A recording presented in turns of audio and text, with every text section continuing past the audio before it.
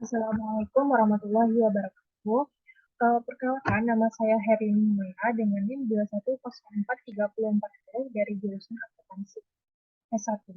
Di sini saya akan menjelaskan terkait dengan tugas mata kuliah Sistem Informasi Akuntansi, tugas ke minggu ke-6. Soal pertama, jelaskan mengapa sebuah entitas bisnis mau menggunakan sebagian atau semua hal ini. Firewall, CRIT, Intrusion Preference System, and Intrusion Detection System. Yang pertama yaitu firewall.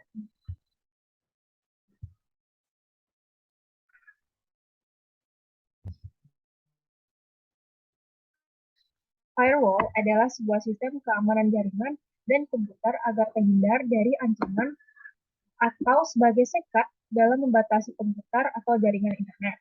Sebuah entitas bisnis mampu menggunakan firewall ini karena tujuan untuk mengamankan jaringan komputer dalam mencegah akses ilegal ke jaringan.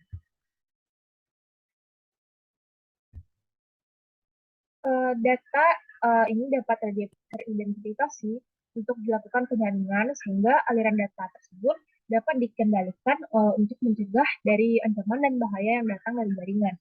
Kemudian dilakukan autentifikasi terhadap akses dan melindungi sumber daya dalam jaringan privat dan mencatat serta melaporkan semua kejadian kepada administrator. Yang kedua, CIRT atau Cyber Incident Response Team. Suatu entitas bisnis perlu dibentuk CRIT ini sebagai pembuat dari perencanaan tentang kemungkinan insiden yang terjadi, cara menghadapinya, serta penanggulangannya. Selanjutnya IPS, Intrusion Prevention System, merupakan sebuah software yang mampu memperkuat dari sistem keamanan dari ancaman cyber dengan memonitor terhadap seluruh aktivitas jaringan.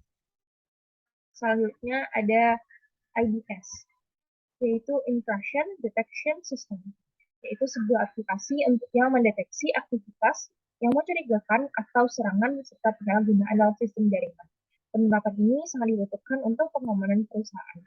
Soal kedua yaitu di antara tiga jenis pengendalian preventif, detektif, dan korektif, manakah yang akan paling saudara prioritaskan untuk diterapkan pada sebuah entitas bisnis? Apakah tipe yang saudara pilih itu sama jika kasusnya jika kasusnya perusahaan tidak punya sistem sama sekali dengan sudah punya sistem? Amplikan link tersebut.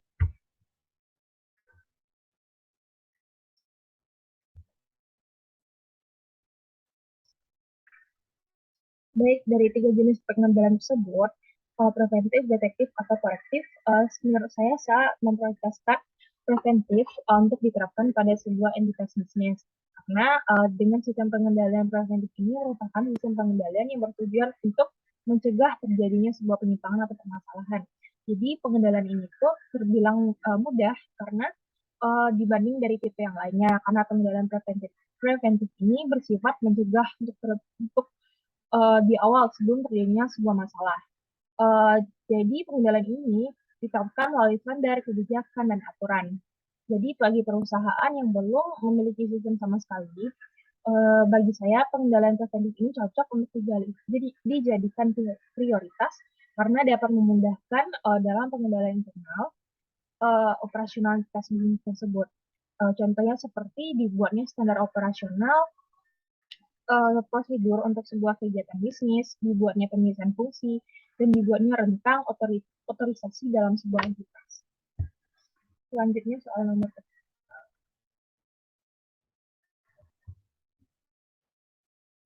pemisahan tugas dan fungsi terkadang tidak mungkin secara ekonomis untuk sebuah bisnis kecil. Menurut Anda, apa solusi untuk mengatasi hal ini? Pemisahan tugas tersebut dikatakan penting dalam pengendalian internal karena secara efektif pemisahan tugas ini mampu mencapai sebuah tujuan dari organisasi yang diinginkan serta mengurangi risiko kesalahan yang terjadi dan penyalahgunaan. Pemisahan tugas ini menjadi salah satu bagian dari pengendalian internal yang baik karena mengisyaratkan tidak ada pegawai atau staf yang memegang rangkap jabatan dan tanggung jawab yang banyak di berbagai posisi. sehingga staf dan pegawai ini memiliki posisi serta tanggung jawabnya masing-masing dalam melaksanakan tugas. Di sisi lain, pemisahan tugas ini dibilang dikatakan tidak ekonomis dan dinilai tidak cocok bagi sebuah entitas bisnis yang diri dari kecil.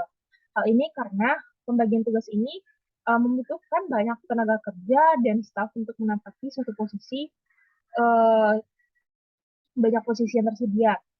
Dan harusnya tenaga kerja ini diisi dengan pembagian kerja yang sudah memadai.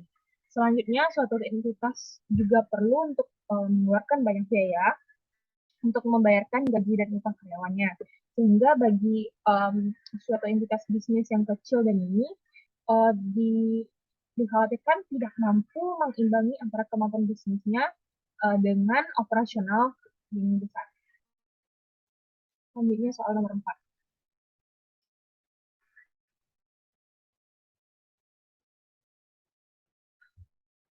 Menurut saya, apa tanggapan Anda terhadap perusahaan yang menetapkan kebijakan memonitor aktivitas karyawan bekerja menggunakan komputer di kantor dengan alasan keamanan dan pengendalian?